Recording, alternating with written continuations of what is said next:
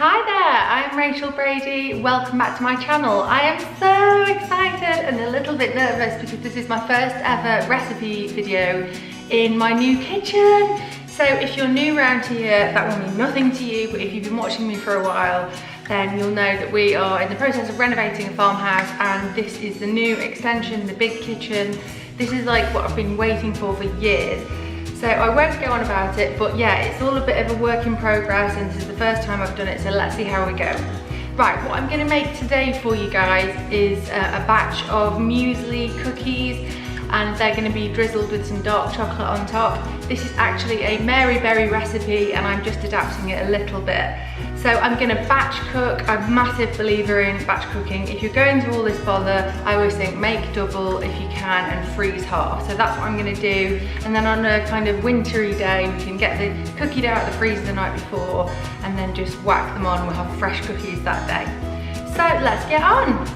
To make this recipe, you will need 300 grams of softened butter. I use salted butter, that's just my preference.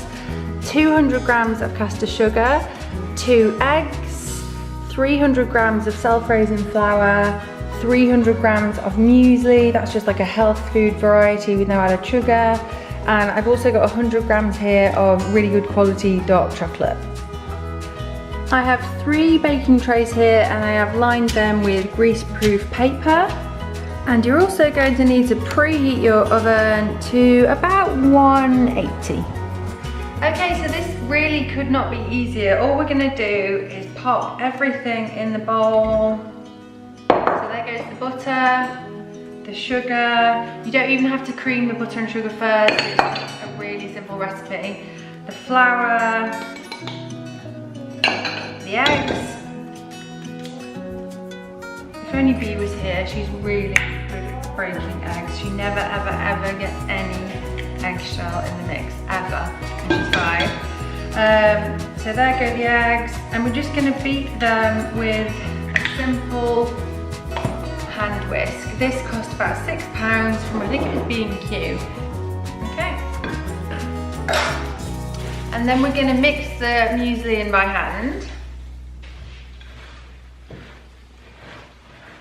So as you can see, this is a real cookie dough mixture. We're gonna cut this in half and pop half in the freezer, and we're gonna use the other half now. And now it's time to get in and get your hands dirty. Pick out a ball about the size of a ping pong ball. It's like a generous teaspoon, something like that, and pop them on the sheet. Leave plenty of room for them to spread. And this is why I've got 3 sheets, which you might have thought originally was quite a lot. There you go. Okay, now we're going to pop them in the oven. Pop the cookies in the oven to cook about 10 to 15 minutes on 180.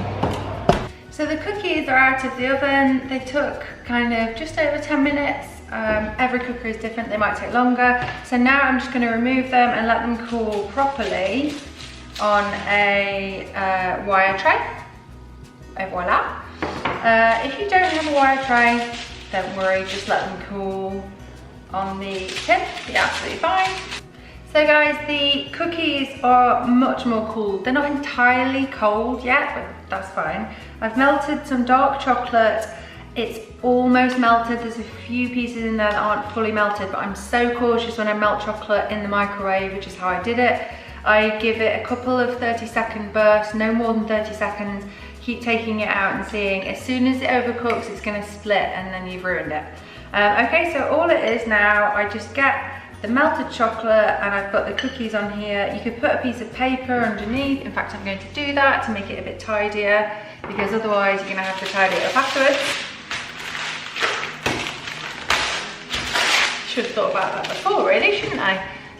Okay, so I've got the cookies on a cooling tray. You could have just done this on the sheets, whatever. Do whatever's easiest for you. They cool a bit quicker on a cooling tray, that's all.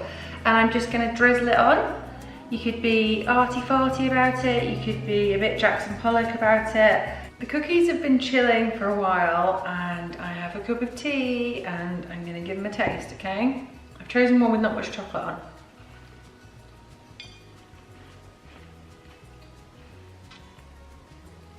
Really, really good. Guys, thanks so much for watching. I really hope you enjoyed the video. Do let me know if you do make these cookies.